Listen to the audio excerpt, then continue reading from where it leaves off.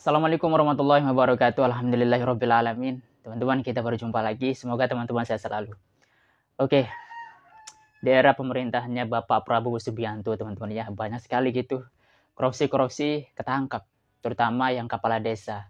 Kepala desa banyak sekali ketangkap, teman-teman ya. Ya, kasus korupsi. Tidak amanah dengan tugasnya, teman-teman. Dan masyarakat juga bersuara terkait dengan kepala desa yang korupsi ini, teman-teman ya. Biar dana desa itu dihentikan, disetopkan, teman-teman. Dana desa dihentikan sementara. Para kepala desa dimanapun kalian berada, siap-siap aja kalian diaudit atau kalian diperiksa. Dananya lari kemana aja, siap-siap kalian. Ini perintahnya sudah keluar ya, ini perintahnya sudah keluar. Lakukan itu. Dan apabila kalian tidak memperhatikan apa yang saya sampaikan, kalian justru yang saya akan tindak. Bapak Prabowo Subianto, Mas Gibran Raka Buming Raka, ini saya kasih info ya. Ini saya kasih masukan. Untuk sementara dana desa di stop dulu. Di stop dulu, terus diaudit 5 tahun terakhir ini dana desa bermanfaat untuk masyarakat atau tidak, penggunaannya untuk apa, ini diaudit dulu. Kalau sudah diaudit, baru nanti dana desa itu dikucurkan lagi.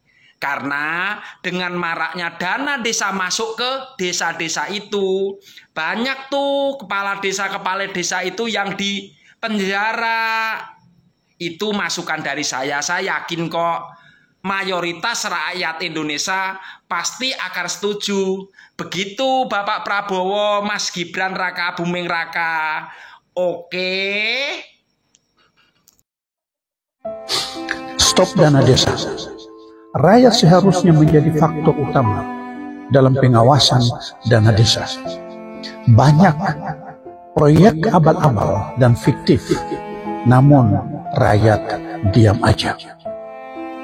Dana desa tujuannya untuk pembangunan desa, pembinaan, dan kesejahteraan rakyat.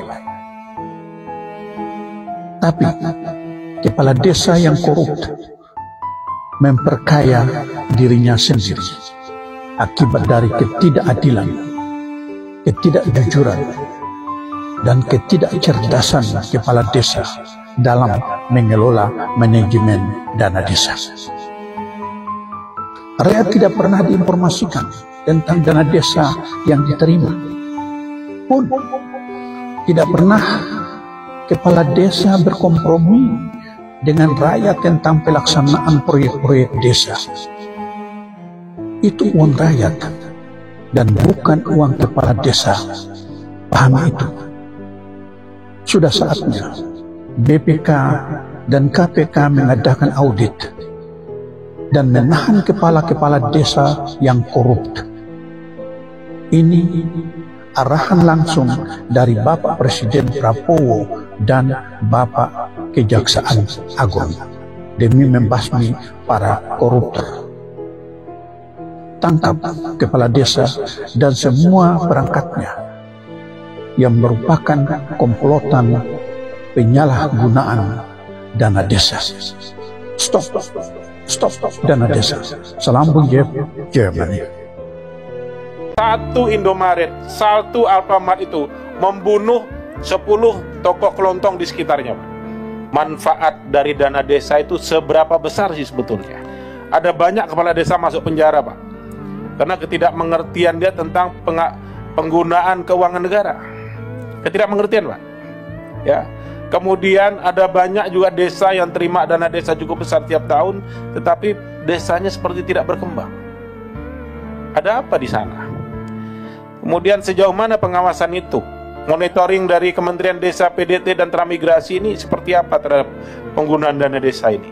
Dana desa ini membangun desa, mendorong kemajuan desa nyata, tapi tidak hanya sekedar ada kesalahan-kesalahan kepala desa menggunakan dana desa diintervensi urusan politik penggunaan dana desa. Bukan membangun kita. Diskusinya seberapa besar sih kesejahteraan yang maju dari dana desa? Tapi diskusinya bagaimana kepala desa yang salah ini supaya ikut saya ketika saya ancam dia. Jadi kemana arah bangsa ini kalau begini? Ya, jadi itu nyata Pak hari ini, dan kita berharap diskusi kita berikutnya dengan dana desa yang ada terjadi peningkatan, terjadi pertumbuhan yang pada akhirnya desa nanti maju seperti Bapak tadi sampaikan, membangun desa, kita membangun Indonesia. Duitnya ada, anggarannya ada, tapi kenapa tidak maju? Pertama Pak, dana desa, sumber biaya. Yang kedua, ruang gerak desa juga harus kita kasih ruang Pak. Jangan apa yang bisa dikerjakan oleh desa diambil oleh pihak luar yang lebih kuat. Akhirnya kemampuan desa ini jadi melemah. Contoh, saya pernah komplain di sini Pak. Saya tanya Menteri Desa, Pak Menteri Desa, apa yang Anda buat ketika Indomaret, Alfamart masuk sampai ke desa-desa dusun? Padahal ini UMKM yang bisa diberi ruang gerak kepada orang-orang desa Pak. Ketika Indomaret masuk, Pak, hasil survei, mungkin nanti Pak Yandri bisa kerjakan ini. Kalau kami salah tolong dikoreksi Pak. Saya pernah bekerja sama dengan beberapa lembaga survei, hasilnya hampir sama. Satu Indomaret, satu Alfamart itu membunuh 10 toko kelontong di sekitarnya Pak. Bapak bayangkan, 10 keluarga mati di sini mata pencariannya. Atau kalau tidak, kenapa tidak barang yang model yang sama menjadi BUMDes, badan usaha milik desa? BUMDes programnya ada nggak? Ada 71 triliun. Kemudian apakah seluruh desa yang menerima dana desa ini pernah dilakukan survei, terjadi peningkatan pembangunan apa tidak? Kemudian penggunaan dana ini optimal apa tidak? Bahasa saya optimal Pak ya. Optimal apa tidak? Kemudian saya mau kasih tahu Bapak, paling berat urusan Menteri Desa itu pengawasan penggunaan dana desa Pak. Karena Bapak tidak punya organ di daerah. Pengawasan dana desa ini diserahkan kepada kabupaten Pak, inspektorat kabupaten. Akhirnya kepala desa itu lebih takut kepada inspektorat daripada takut kepada menteri desanya Pak, yang megang anggaran 71 triliun tadi. Kalau Anda nggak mau sini, Anda keluar aja. Ya udah keluar sekarang. Ya keluar sekarang. Mohon izin Pak, kami orang desa, kami kurang pendidikan, kalau dianggap kurang tata krama. Udah langsung kami aja. mohon maaf, kami datang ke rumah kami walaupun dianggap tamu. Mohon izin senior saya Pak Ketum Abdesi, terima kasih Pak Sekjen dari Papdesi, dari Aksi dan dari KIB, terima kasih telah menyuarakan. Intinya keinginan kami cuma satu Pak, kami dari desa menginginkan revisi Undang-Undang Nomor 6 tahun 2014. Dilanjut.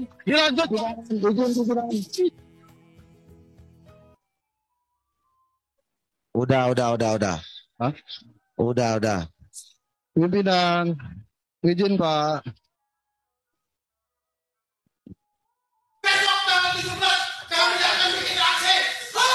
Silakan aja. Silakan aja Pak. Izin pimpinan. Jadi kami datang ke sini menyampaikan, mengawali, jangan sampai ada aksi yang lebih besar. Kami beraudiensi, mohon diberikan solusi untuk bagaimana revisi undang-undang ini masuk di prolegnas prioritas tahun 2023. Suratnya dikasih tadi. Suratnya biar dibaca Bapak itu. Kepada Komisi 2 yang sudah, tapi kami jangan. Udah Pak Agung, udah cukup. Ya, terima kasih. Pimpinan izin. Pak Agung. Izin Sulawesi Utara, pimpinan. Ya, ngomong apa? Udah mau selesai nih. Pimpinan, satu kali. Pimpinan, mohon maaf. Enggak cukup, udah. Mohon maaf. Udah sama. Saya ingin menyampaikan, tolong di aspirasi ini kami ditampung Pak Pimpinan. Pertama, lagi Pak, dari masalah dana desa, mohon ketika pemerintah pusat untuk menurunkan dana desa, ini harus ada konfirmasi. Jangan bersifat ujuk-ujuk dipotong. Kemudian yang kedua, naikkan dana alokasi umum. Karena ini akan berimplikasi terhadap alokasi dana desa. Ya udah. Terima kasih. Udah, ini udah kedua kali. Pimpinan DPD Sulawesi Utara. Sudah, cukup. Ya udah oke, terakhir ya. Siap, makasih Kalau pimpinan. kalau sama saya Agak, saya pastikan ini nggak sama pimpinan. Terima kasih, saya dari DPD Abdesi Gorontalo. Tadi saya tertarik dengan yang disampaikan oleh Pak Jumilar itu bahwa kita tidak diminta untuk bersatu-satu. Pertanyaannya adalah kalau kita bersatu, apakah anggota dewan sama juga bersatu dengan kita? Tidak bersatu-satu. udah. Gitu ya. Kasih suratnya. Oh, siap. Pimpinan, Pimpinan.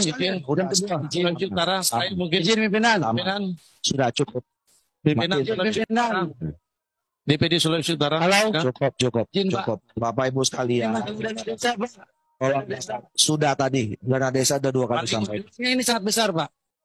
Bapak Ibu sekalian, Sebagai pimpinan harus bisa menjelaskan terkait dana desa yang sangat berkurang cukup besar. tolong semuanya mengikuti pimpinan. Pimpinan Sulawesi Utara dari ujung. Cukup. Terakhir, Sama. singkat saja. Baik Bapak Ibu sekalian, Bapak-bapak dan Ibu-ibu, datangkan sini mewakili institusi masing-masing toh. Bapak percaya sama ketua umum masing-masing kan? Jadi kalau sudah ketua umumnya sampaikan A, jangan diulang-ulang lagi. Isinya sama. Berarti bapak-bapak nggak percaya sama ketua umum bapak-bapak. Ya sudah, kalau percaya, dan tadi udah diulangin semua. Ya. Bapak, tolong, Bapak, di sini ada tata tertib, Pak. Ya, jadi tolong jangan teriak-teriak. Anda udah saya kasih ngomong tadi.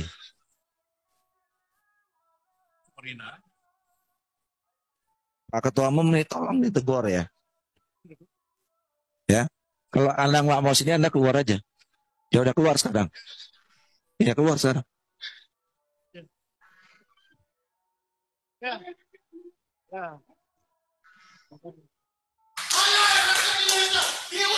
Pimpinan, ini ada tata tertib Pak ya. Pimpinan. Ya. Kalau kita mau dihormati, kita harus hormati orang. Oleh Pak Menko berdua, kemudian Pak Ateh, bahwa korupsi di Indonesia betul-betul telah memprihatinkan. Bahkan setiap saat, setiap waktu, Bapak Presiden selalu menyampaikan bahwa kebocoran yang terjadi adalah hampir bahkan lebih dari 30% dari anggaran. Kan Pak Kepala BPK barusan yang tertib betul-betul sesuai dengan ketentuan yang berlaku hanya 9%. Artinya yang 91% masih insya Allah. Dan itu adalah saya harapkan dengan teman semua. Yang apa yang disampaikan oleh Pak Ateh, tolong tindak lanjuti, benahi. Dan tentunya pembenahan. Kami di Kejaksaan punya unsur yang bisa membantu teman-teman. Baik itu berupa pendampingan, baik itu legal audit, dan banyak hal-hal yang bisa kami berikan pendampingan untuk teman-teman di pemerintah daerah. Kemudian Presiden dengan fokusnya kepada pemberantas korupsi. Di dalam Astacita, poin 7 menyampaikan penguatan reformasi politik hukum dan birokrasi serta memperkuat pencegahan dan pemberantasan korupsi. Benar juga tadi disampaikan korupsi dari tahun ke tahun bahkan semakin tambah. Dan itu juga 20 tahun yang lalu kata Pak Ateh itu juga, begitu juga. Bahkan saya mungkin sedikit berlainan pendapatnya. Zaman sentralisasi, korupsi hanya di segitiga itu aja. Sekarang, dengan otonomi, ada penyebaran korupsi. Sekarang mulai dari kepala desa, pemerintahan terendah, sampai terus ke atas. Korupsi sudah menjamur di situ. walaupun saya sering menyampaikan untuk penanganan korupsi untuk tetap hati-hati, terutama yang menyangkut kepala daerah, yang menyangkut unsur kepala desa. Kepala desa itu adalah suatu badan, suatu pemerintahan yang terendah, di mana pimpinannya, yaitu kepala desa, dipilih dari masyarakat. Dan masyarakat itu plural, tidak yang berpengetahuan aja.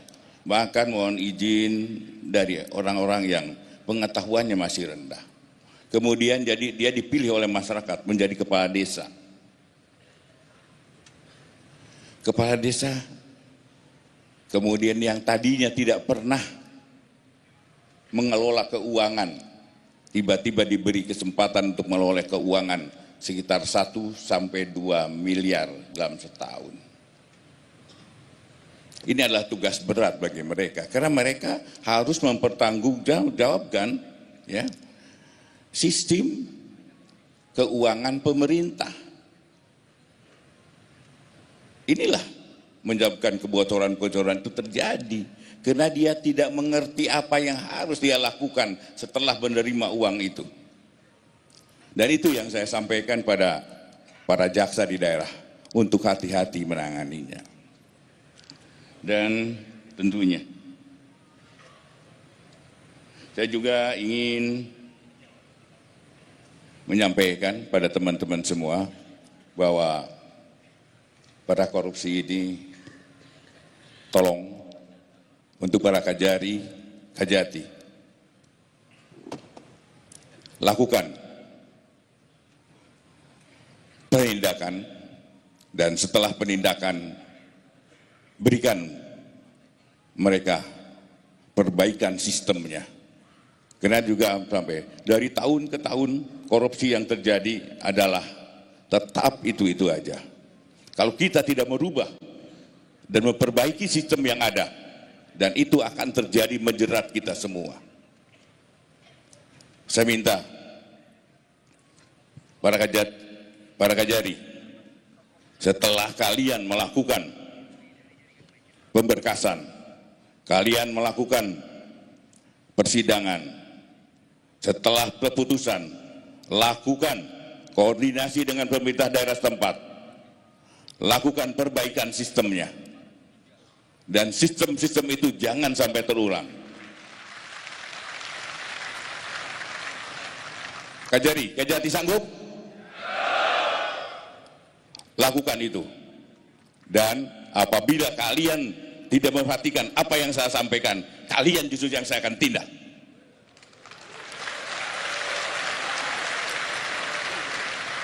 Kemudian juga ingin kesadaran teman-teman kita semua, terutama teman-teman di daerah, bahwa kami bukan mencari kesalahan-kesalahan sehingga teman-teman di daerah menjadi objek kami. Kami tidak menginginkan itu. Tapi yang kami inginkan adalah mari cintai negeri ini, kita rawat negeri ini. Dan tentunya karena penilaian dunia terhadap korupsi di Indonesia adalah sangat rendah. Dan untuk itu bahkan kita masuk ke wilayah negara yang paling korup. Saya yakin semua juga tidak ingin negara kita disebut adalah negara yang paling korup. Saya yakin kita masih punya harga diri. Dan dari mana kita memulai pemberantasan korupsi? Pemberantasan korupsi kita jangan berteori, tapi mulai dari kita diri sendiri.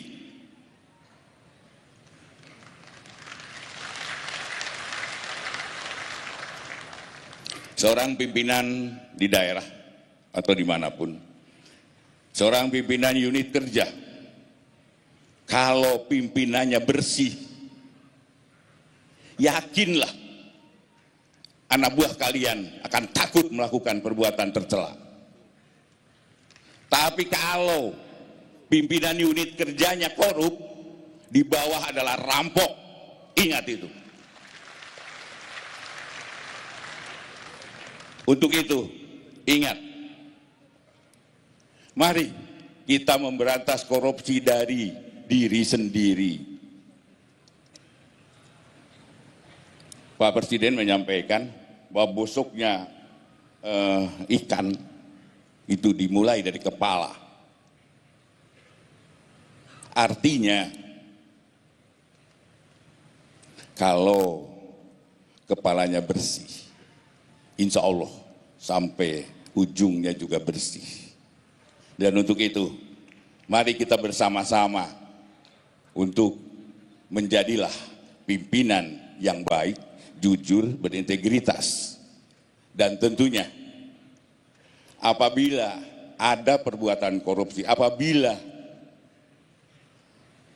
kepala unit kerjanya tidak pernah melakukan itu, kepala unit kerjanya adalah jujur, integritas, saya yakin-yakinnya apabila anak buah kita melakukan perbuatan tercela korupsi, yakin bahwa pimpinan akan menindak secara tegas. Tetapi bila pimpinannya juga adalah korup, dia tidak akan mau dan tidak akan mampu untuk menindak anggotanya. Saya sering sampaikan pada teman-teman pada waktu 5 tahun lalu saya masuk di kabinet. Satu hal yang saya selalu ingat, untuk membersihkan halaman diperlukan sapu yang bersih. Maka apa yang saya lakukan? Saya bersih-bersih dulu di kejaksaan. Walaupun jujur sampai saat ini juga masih ada aja jaksa yang masih nakal. Kita akui. Kita akui masih ada di jaksa nakal. Tetapi persentasenya mulai menurun. Dan saya harapkan kalian adalah sebagai sapu para jaksa. Bersihkan dirimu sendiri. Berikan contoh kepada institusi lain bahwa kalian adalah penegak hukum yang diharapkan oleh masyarakat.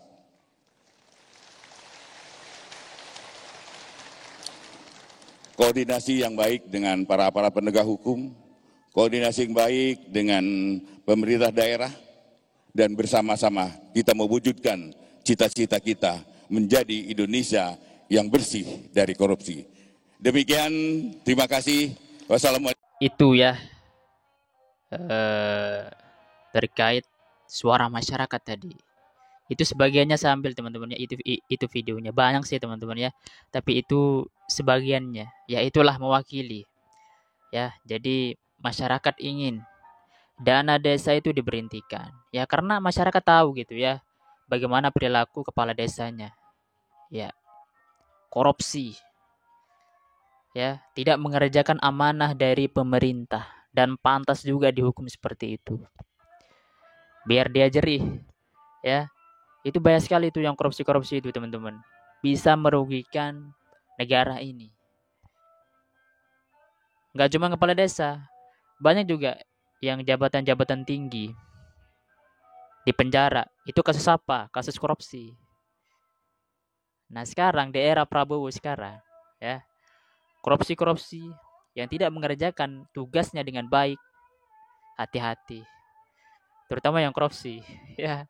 Wah, bahaya kau. Sekarang eranya Prabowo sekarang. Ya, uang tidak main. Salah tetap salah, benar tetap dibenarkan. Itu kalau di era Prabowo sekarang. Beda kalau era dulu ya.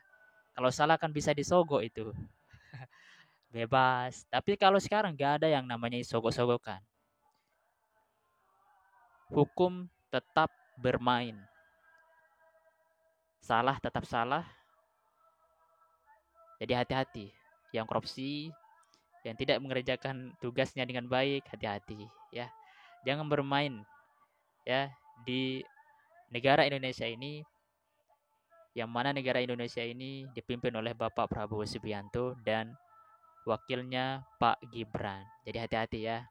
Yang tikus-tikus yang berdasi-dasi ini hati-hati. Bahaya kau kalau bermain-main di negara Indonesia yang dipimpin oleh Bapak Prabowo Subianto.